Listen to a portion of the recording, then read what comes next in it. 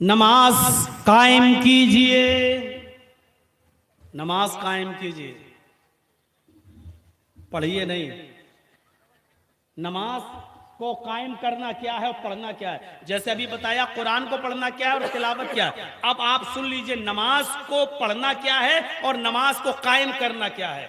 अल्लाह नमाज को कायम करने के बारे में फरमाता है, इन्नस्सलाता कानत अलल मुमिनीना किताबम मौकूता। ये नमाज मुसलमानों के ऊपर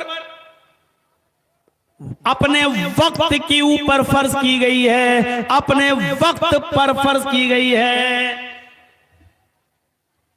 जोहर की नमाज फर्ज नहीं है, जोहर की नमाज को उसके वक्त पर पढ़ना फर्ज है। समझ रहे हैं ना आप? अब थोड़ी सी तवज्जो दीजिएगा मेरी तरफ। फजर की नमाज पढ़ना फर्ज नहीं है, फजर की नमाज को उसके वक्त पर पढ़ना फर्ज है। असर की नमाज पढ़ना फर्ज नहीं है। अगर असर की नमाज पढ़ना फर्ज होती तो अभी कितने बज रहे हैं? रात का 1 बज रहा है। अल्लाह मैं कल असर की नमाज की नियत अभी कर रहा हूं और कल की असर में अभी पढ़ रहा हूं। अल्लाह अकबर। असर की नमाज पढ़ना फर्ज नहीं है, असर की नमाज को उसके वक्त पर पढ़ना फर्ज है। मगरिब की नमाज पढ़ना फर्ज नहीं है, मगरिब की नमाज उसके वक्त पर पढ़ना फर्ज है। इशा की नमाज फर्ज नहीं है, इशा की नमाज को उसके वक्त पर पढ़ना फर्ज है। हाँ, सफर में हैं अगर आप तो अल्लाह के रसूल ने हमें इजाजत दी है, हम जोहर और असर दोनों को एक साथ पढ़ सकते हैं। चाहे तो जोहर में ही असर मिला लीजिए, या असर के टाइम पर जोहर असर दोनों पढ़ लीजिए, या जोहर को बेहतर और अफजल है जोहर को थोड़ा लेट कर दें और असर को थोड़ा पहले कर लें और दोनों को मिलाकर आप पढ़ लें। आपको शरीयत इजाजत देती है। लेकिन 2 नमाजें जोहर असर एक साथ पढ़ सकते हैं, मगरिब और इशा एक साथ पढ़ सकते हैं। मगरिब और इशा, यही कंडीशन मगरिब और इशा में भी है। मगरिब में ही इशा पढ़ लें, या इशा में मगरिब और इशा दोनों पढ़ लें, या मगरिब को थोड़ा ताखीर कर दें और इशा को थोड़ा पहले कर लें और दोनों नमाजों को मिलाकर पढ़ लें। जब आप सफर में हो तब, या बारिश हो रही हो और रुकने का नाम न लेती हो और खदशा है कि ये बारिश मगरिब के टाइम हो रही है, इशा तक बंद नहीं होगी, तो आप मगरिब ही में मस्जिद में इशा भी जमात के साथ पढ़ सकते हैं। कोई मुमानित नहीं और जवाज की दलीलें मौजूद हैं, इसमें कोई शक की बात नहीं है। लेकिन 2 ही नमाज हैं, जोहर असर एक साथ, मगरिब और इशा एक साथ। अब आप चाहें असर और मगरिब एक साथ पढ़ लें तो नहीं पढ़ सकते हैं। आप चाहें इशा और फजर एक साथ पढ़ लें तो नहीं पढ़ सकते हैं। आप चाहें कि फजर और जोहर एक साथ पढ़ लें तो नहीं पढ़ सकते हैं। इतना याद रखिएगा, फजर और जोहर एक साथ नहीं होगी, असर और मगरिब एक साथ नहीं होगी। समझ रहे हैं ना आप?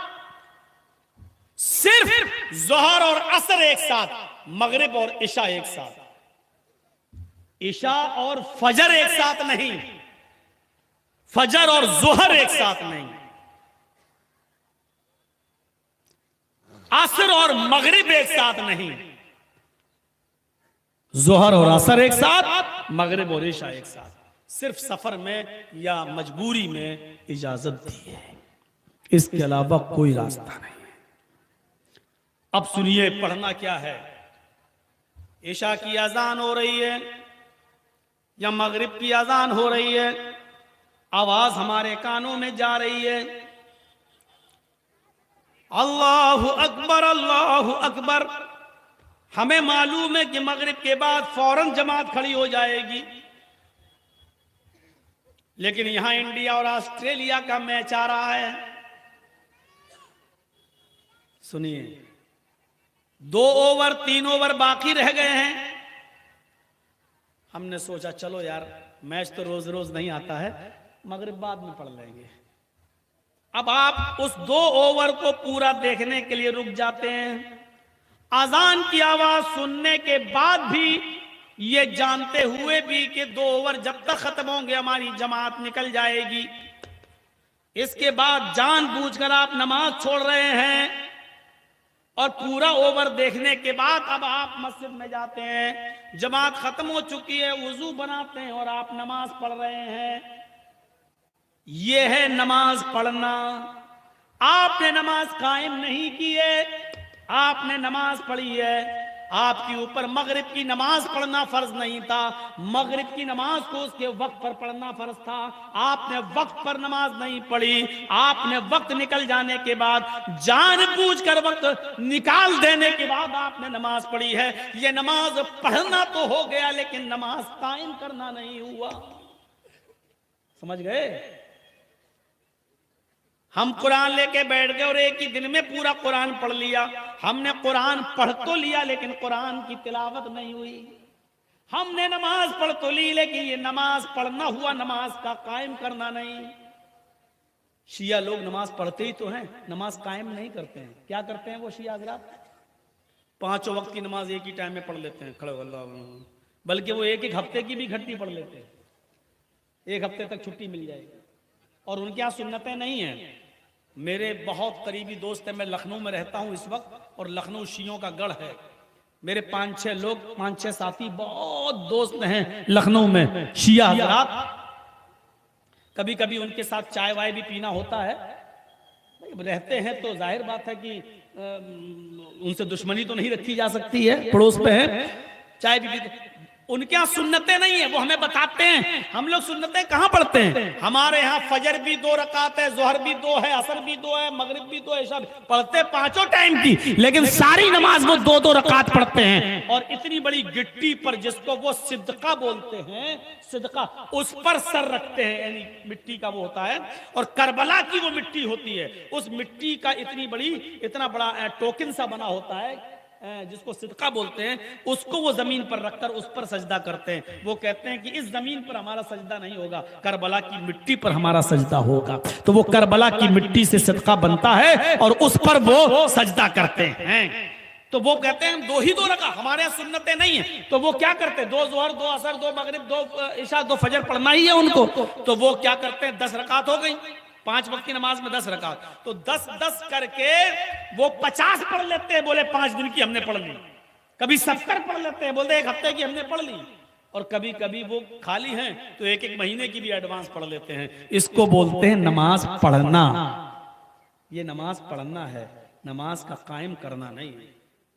और यहां अल्लाह ताला कहता नमाज कायम करो। फजर की नमाज को उसके वक्त पर पढ़ना है। कभी आंख लग गई, कोई बात नहीं, जब आंख खोले तब पढ़ लो, जब आंख खोले तब पढ़ लो।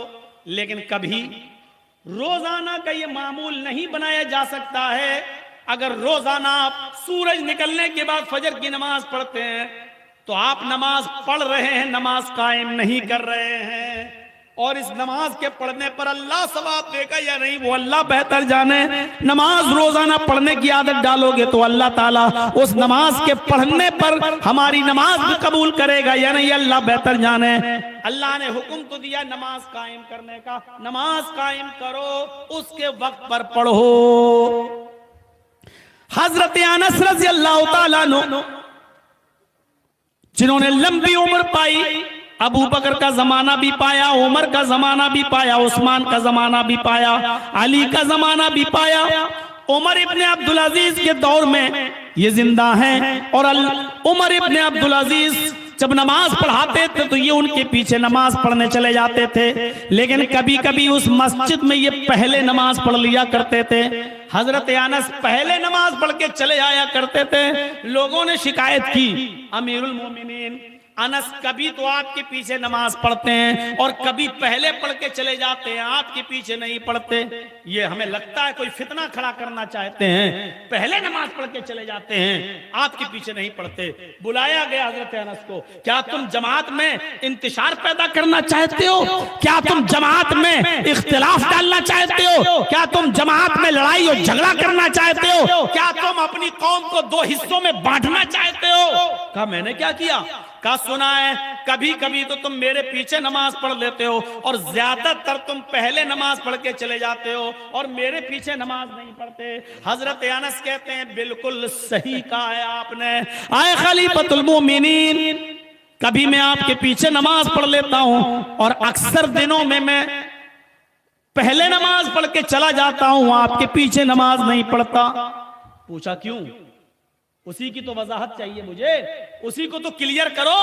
तो फरमाया कि जब मैं देखता हूं कि आज आप नमाज पढ़ाने जल्दी आ गए और मैं देखता हूं कि ज़ुहर सुन्नत के मुताबिक, असर सुन्नत के मुताबिक, इशा और फजर सुन्नत के मुताबिक, यानी जो टाइम है उस टाइम पर आप पढ़ाते हैं तो मैं आपके पीछे नमाज पढ़ लेता हूं। और जब आप सुन्नत के तरीके से हट जाते हैं, नमाज को लेट कर देते हैं, तो मैं पहले मस्जिद में नमाज पढ़कर चला जाता हूं। फरमाया ऐसा क्यों करते हो? तो हजरत अनस ने कहा क्योंकि मैंने अल्लाह के नबी का जमाना देखा है और मैंने नबी के नमाज के औकात को देखा है। मेरी आंखें जानती हैं, हम अल्लाह के नबी के जमाने में थे, हमारी आंखें पहचानती हैं कि अल्लाह के नबी फजर कब पढ़ते थे, अल्लाह के नबी ज़ुहर कब पढ़ते थे, अल्लाह के नबी असर कब पढ़ते थे, अल्लाह के नबी मगरिब कब पढ़ते थे, अल्लाह के नबी ईशा कब पढ़ते थे।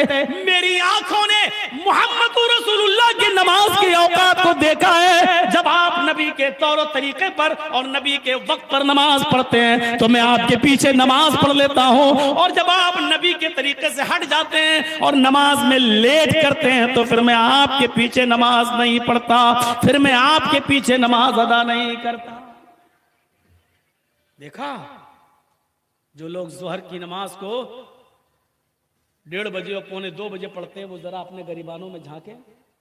जो असर की अजान टाइम हो रहा है 2:30 बजे और जो 4 बजे पढ़ते हैं वो लोग जरा सोचें। हजरत अनस ने कहा, मुस्नद अहमद की रिवायत है, खोल कर देख लो छठी जल्द में, कहा जब आप नबी के टाइम पर नमाज पढ़ते हैं तो मैं आपके पीछे पढ़ लेता हूं, और जब आप लेट करते हैं तो मैं पहले पढ़ के चला जाता हूं, क्योंकि मेरी आंखों ने नबी की नमाज के औकात को देखा है, मेरी आंखें नबी की नमाज के टाइम को पहचानती हैं।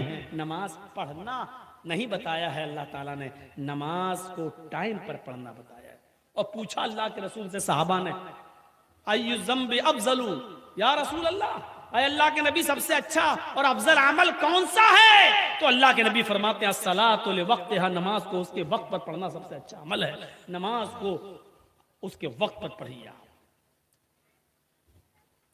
नमाज वक्त पर फर्ज की गई है, यह है नमाज का कायम करना। जन्नत के अर्श के साये में कौन होगा?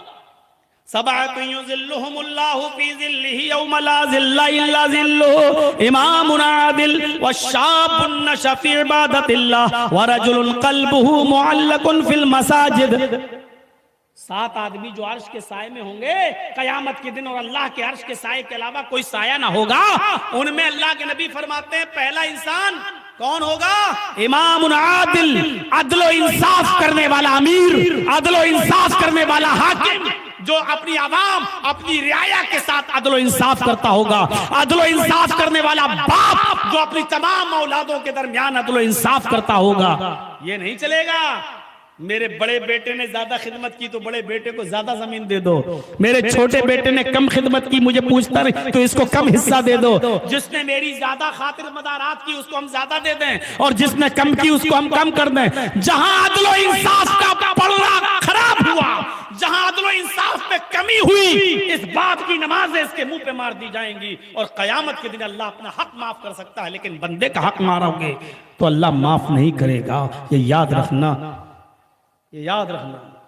ये नहीं चलेगा कि कौन ज्यादा, बाप देखता कि देखें बुढ़ापे में मेरी कौन ज्यादा खिदमत करता है, और जो ज्यादा खिदमत किया उसको उस पे खुश हो गया और उसको ज्यादा दे दिया। ये नहीं चलेगा। मेरी बेटी की शादी में 10 लाख खर्च हो गया, इसको जमीन की क्या जरूरत है? 10 लाख खर्च कर तो दिया, 10 लाख नहीं 10 करोड़ का भी जहेज दे दोगे अपनी बेटी को, तब भी वो तुम्हारे मरने के बाद तुम्हारी वरासत में हकदार होगी, उसका हक कोई मार नहीं सकता। और अगर ऐसा नहीं हुआ तो कयामत के दिन वो तहज्जुद गुजार ही क्यों ना हो बाप, अल्लाह की कसम 7 जमीन का तौक उसके गले में डाला जाएगा। अरे 2 किलो का बांट अभी गले में डाल दो तो गर्दन ऊपर नहीं होगी, 7 जमीन का तौक कैसे उठाओगे? एक बालिश्त भी अगर किसी ने जमीन किसी की मारी, ये कितनी है, ये एक बालिश्त, ये यहां से लेके यहां तक, इतनी जमीन भी अगर किसी ने किसी